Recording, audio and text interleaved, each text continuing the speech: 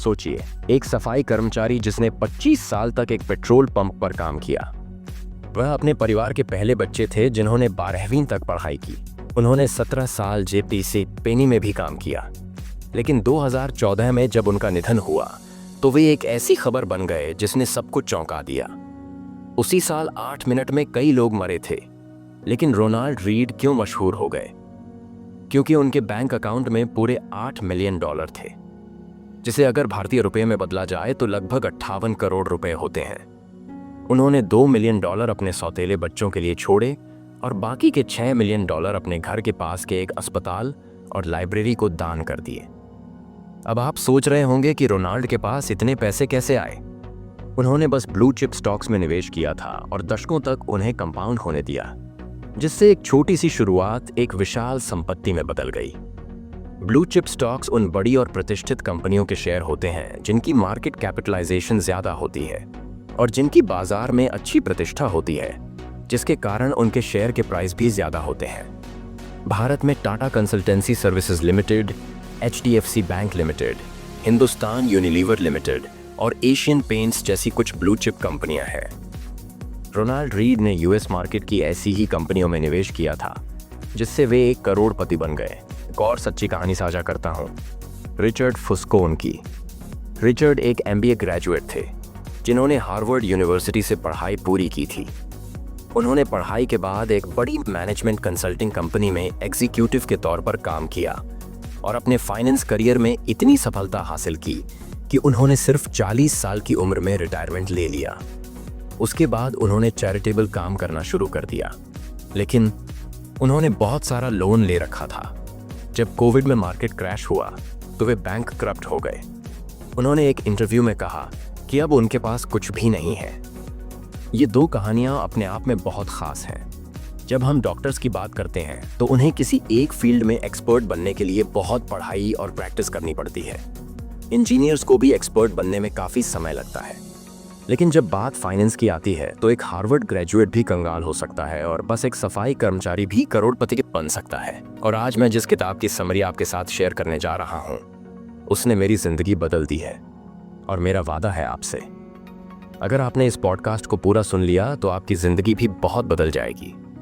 जिस किताब की मैं बात कर रहा हूँ वह है the psychology of money, timeless lessons on wealth. ये एक ऐसी अनोखी किताब है जिसे मैं बार बार पढ़ता हूँ। मेरे लिए ये सभी कैटेगरी में बेस्ट बुक है, तो इस एपिसोड को बिल्कुल भी मिस ना करें। इस एपिसोड में मैं वह सारे सीक्रेट आपके साथ शेयर करने वाला हूँ जो मैंने इस बुक से सीखे हैं। इंडिया में फाइनेंशियल एजुकेशन की बहुत कमी है और मेरा छोटा सा प्रयास यही है कि मैं 10,000 लोगों की हेल्प करूं फाइनेंशियल फ्रीडम अचीव करने के लिए, जिसके लिए मैं पॉडकास्ट की लेंथ पर कभी कॉम्प्रोमाइज नहीं करता हूं। तो नमस्ते दोस्तों, आप सभी का स्वागत है, जहां पर हर निश्चित समय आपको मिलते हैं हाई क्वालिटी बुक समरीज। पहला सबक जो मैंने इस बुक से सीखा वह है people not crazy bear financial past history with money shares airlines. यानी कोई भी व्यक्ति किसी भी तरह का फाइनेंशियल डिसीजन लेता है तो यह उसके पास्ट पर डिपेंड करता है, और हम पैसे के बारे में क्या सोचते हैं वो बिल्कुल डिफरेंट होता है। दुनिया कैसे सोचती है पैसे के बारे में? ऑथर कहते हैं पीपल यू क्रेजी थिंग्स माने but no one Shastri ji. यानी लोग बहुत सारे गलत डिसीजन लेते हैं पैसों के, लेकिन इसका यह मतलब नहीं है कि उन्हें पैसों की समझ नहीं है। हम लोग डिफरेंट जनरेशन में पैदा हुए हैं, हमें डिफरेंट सोच रखने वाले प्रिंसिपल्स पालते हैं जिन्हें खुद की इनकम डिफरेंट होती है, जो खुद डिफरेंट इकोनॉमी में पैदा हुए हैं। जॉब मार्केट अलग अलग कंट्री की बहुत डिफरेंट होती है, और साथ ही साथ लक बहुत बड़ा फैक्टर प्ले करता है किसी के भी लाइफ में। यानी अगर कोई व्यक्ति जो इंडिया में पुअर क्लास परिवार में पैदा हुआ है, उनकी सोच बिल्कुल डिफरेंट होगी अगर हम कंपेयर करें दूसरे परिवार की जो यूरोप में हाई क्लास में पैदा हुए हैं। जो गरीबी में पैदा हुए हैं उनके लिए फाइनेंशियल रिस्क लेना मुश्किल है। कंपेयर करें उस व्यक्ति के बारे में जो एक बूमिंग इकोनॉमी में पैदा हुआ है और वह अच्छे पैसे कमाता है। वह शायद अपने पैसों के साथ रिस्क ले सकता है, लेकिन एक गरीब व्यक्ति नहीं ले सकता। अगर आप उस जनरेशन में पैदा हुए हो जहां पर इंडिया की इकोनॉमी बहुत ज़्यादा ग्रो हुई थी और इन्फ्लेशन भी काफ़ी हाई था, तो शायद आप स्टॉक मार्केट में इन्वेस्ट न करो। कंपेयर अगर आज के इकोनॉमिक सिनेरियो से, जहां पर ज़्यादा से ज़्यादा लोग आज स्टॉक मार्केट में इन्वेस्ट करने में इंटरेस्टेड हैं, तो इससे हमें एक बहुत ही यूनिक पॉइंट ऑफ व्यू समझ में आता है कि कोई भी व्यक्ति गलत नहीं है, क्योंकि जो भी फाइनेंशियल डिसीजन वह लेते हैं उनके लिए वह परफेक्ट डिसीजन होता है, जिससे आप शायद एग्री ना करो, क्योंकि दोनों के एक्सपीरियंस डिफरेंट हैं पैसों के बारे में। अमेरिका में सबसे ज़्यादा पैसे लॉटरी टिकट में लगाते हैं, जो movies, video games, sports event और उसको कंबाइन करने के बाद भी लॉटरी टिकट में ज़्यादा पैसे लगते हैं। और आप शायद ही यह नंबर सुनकर थोड़ा चौंक भी जाओ, और एवरेज एक अमेरिकन $412 खर्च करता है लॉटरी टिकट पर, जो इंडियन रुपीज़ में आता है अप्रोक्स 3000 साल के। यानी 40% से ज़्यादा अमेरिकन के पास $400 की इमरजेंसी फंड भी नहीं है, लेकिन वह $412 लॉटरी टिकट पर स्पेंड करते हैं। यह बहुत ही यूनिक है। इतने सारे अमेरिकन एक ऐसी जगह पैसे डाल रहे हैं जिसमें जीतने के चांस बिल्कुल ही कम है। शायद 10 लाख में एक व्यक्ति लॉटरी जीता होगा, लेकिन उन लोगों के इंटरव्यू लेने के बाद जो कंक्लूजन निकला कि क्यों इतने लोग लॉटरी टिकट पर अपने पैसे खर्च करते हैं, क्योंकि उन्हें यह लगता है कि जो भी जॉब कर रहे हैं वह लॉन्ग टर्म करने से भी वह अमीर नहीं बन सकते, और ना ही उनके पास कोई ऐसी अनोखी आइडिया या स्किल है जो उन्हें मिलियनेयर बना सकती है। मोस्ट ऑफ द टाइम जितना इनकम है उतने ही खर्चे हैं। अगर वह एक महीना काम ना करें तो शायद वह बिल्कुल रोड पर आ जाएंगे। इसीलिए लॉटरी टिकट उनके लिए एक पॉजिटिव सपना है, जो उन्हें यह बिलीव कराती है कि वह अपने इस गरीबी से छुटकारा पा सकते हैं। हो सकता है कि आप इससे एग्री ना करो, क्योंकि आपके फाइनेंशियल नॉलेज और एक्सपीरियंस अलग है बाकियों से। इसलिए हमें कहते हैं कि किसी को भी जज नहीं करना चाहिए, क्योंकि उनकी फाइनेंशियल एजुकेशन आपसे बहुत डिफरेंट है, और आपको जो पता है पैसों के बारे में शायद उन्हें नहीं पता है, और जो उन्हें पता है वह शायद आपको नहीं पता है। लेकिन नंबर 2 है जो मैंने इस बुक से सीखा, importance of luck and risk to achieve financial success. और तब कहते हैं कि लक और रिस्क दोनों भाई हैं। ये दोनों ही एक ऐसी सच्चाई है जो हमें बिलीव करनी पड़ेगी, क्योंकि यह दोनों ही मैटर करता है एक व्यक्ति के हार्ड वर्क के बाद। जैसे बिल गेट्स की स्टोरी शेयर करते हैं कि कैसे बिल गेट्स सक्सेसफुल बने। बिल गेट्स एक लकी हाई स्कूल में पढ़ रहे थे पूरे दुनिया में, जिसके पास एक कंप्यूटर था 1968 में। स्कूल का नाम था लेक्साइड स्कूल, जो सिएटल में था, जो एक सिटी है वॉशिंगटन में, जिसके teacher mister Bill Dougal one two के नेवी पायलट थे। उस स्कूल में वह मैथ्स एंड साइंस पढ़ाते थे। उनका यह मानना था कि किताबी नॉलेज तो ठीक है, लेकिन एक व्यक्ति तभी स्किल्ड बनता है जब उसके पास प्रैक्टिकल नॉलेज और एक्सपीरियंस भी हो। तो उन्होंने अपने प्रिंसिपल से बात करके एक टेलीटाइप मॉडल धरती कंप्यूटर लीज पर लिया।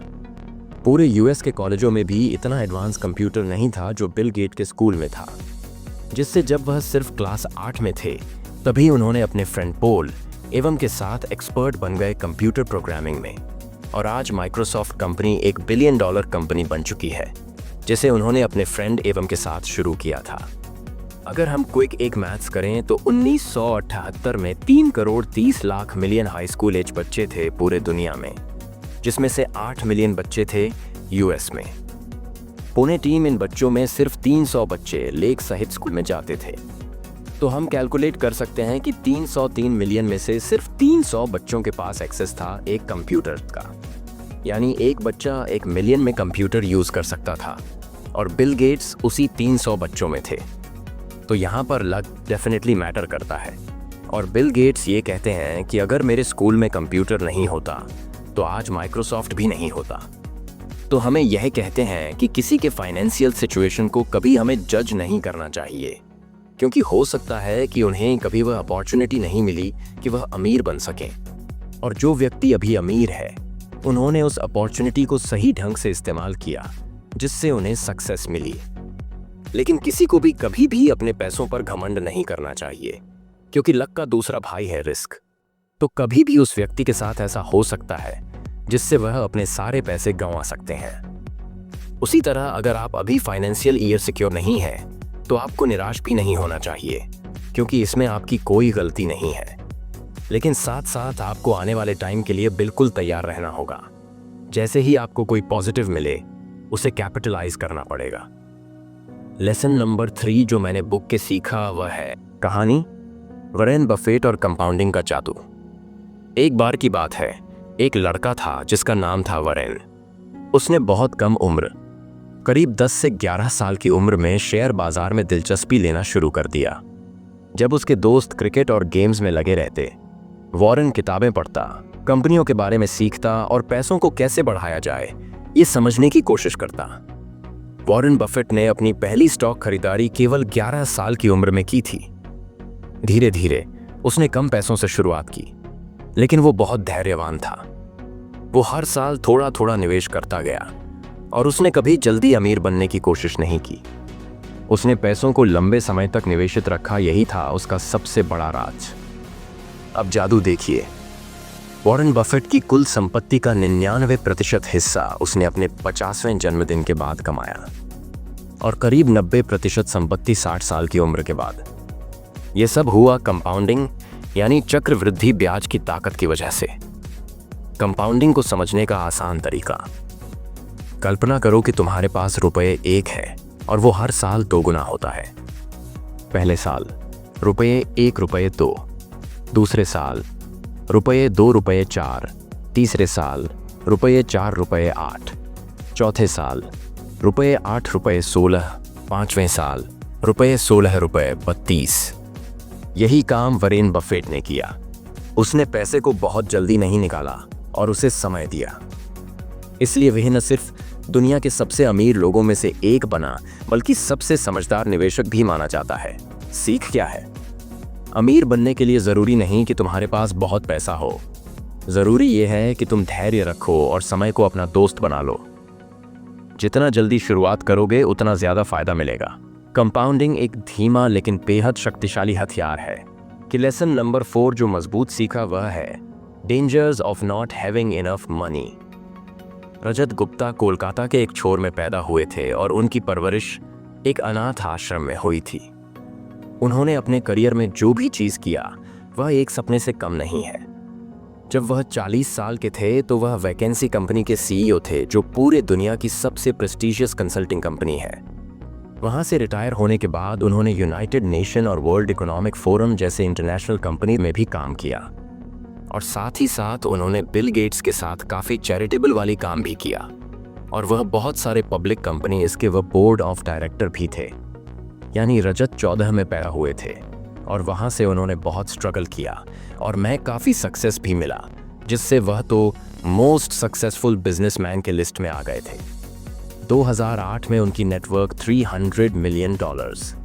अगर हम 5% एंड वेरियस झूम करें तो हर घंटे रजक $60-100 से भी ज़्यादा कमा सकते थे। यानी 40,000 रुपये से भी जाके हर घंटे उसे आप मल्टीप्लाई कर सकते हो। 24 घंटे से और 24 घंटे को मल्टीप्लाई कर सकते हो। 7 से तो आपको उनका वीकली इनकम पता चल जाएगा, जो बहुत ही ज्यादा है। और अगर चाहते तो बहुत ज्यादा पैसे कमा ही सकते थे बिना कुछ करे। लेकिन उन्होंने एक गलती की जिसका परिणाम यह हुआ कि उन्हें जेल जाना पड़ा। रजत गोल्डमैन सैक्स के बोर्ड ऑफ डायरेक्टर में थे और 2008 के फाइनेंशियल क्राइसिस में गवर्नमेंट को काफी लॉस हो रहा था। इसी लॉस से बचने के लिए वॉरेन बफेट ने $5 बिलियन गोल्डमैन सैच में इन्वेस्ट करने के बारे में डिसीजन, क्योंकि रजत बोर्ड ऑफ डायरेक्टर में थे। उन्हें यह न्यूज़ पब्लिक से पहले पता चल गया तो उन्होंने अपने फ्रेंड राज को फ़ोन किया और इस न्यूज़ के बारे में उन्हें कहा, जिससे राज ने इमीडिएटली गोल्डमैन सैच के 1,75,036 खरीद लिए। और जैसे ही वॉरेन बफेट और गोल्डमैन सैच का न्यूज़ बाहर आया तो गोल्डमैन सैक्स के शेयर्स की वैल्यू बहुत ज़्यादा हाई हो गया। इसी इनसाइड टिप के कारण रजत और राजकोष से $3 मिलियन का फायदा हुआ, जिस कारण उन्हें जेल हो गया, इसे इनसाइडर ट्रेडिंग की वजह से। और इससे रजत और राज दोनों का करियर और रेपुटेशन बहुत खराब हो गया। अब सवाल ये आता है कि क्यों रजत ने यह लीगल काम किया। अगर हम बात करते हैं एक बहुत ही गरीब व्यक्ति की और उसके पास और कोई चॉइस नहीं है क्राइम करने के अलावा, तो यह एक जस्टिफाइड है और हमें समझ में भी आता है। लेकिन रजत, जिनके पास इतना कुछ था, पैसा, रेपुटेशन, करियर, और वह और पैसे कमाने के लिए इन सभी चीज़ों को दांव पर लगा दिया। क्योंकि ऑथर कहते हैं कि रजत ने ऐसा इसलिए किया क्योंकि ही है नो सेंस ऑफ इनफ, यानी वह संतुष्ट हो ही नहीं पाए थे अपने पैसों से। इसीलिए अथक कहते हैं कि सबसे मुश्किल फाइनेंशियल स्किल है अपने एक्सप्रेस टीचर्स को कम करना। पैसों के मामले में अगर आपको खुश रहना है तो अवतार कहते हैं कि अगर आप एक मोर मनी मेंटालिटी में फंस गए तो आपके पास चाहे जितने भी पैसे हो उससे आप कभी खुश नहीं हो सकते। सोशल कंपैरिजन है सबसे बड़ा प्रॉब्लम है।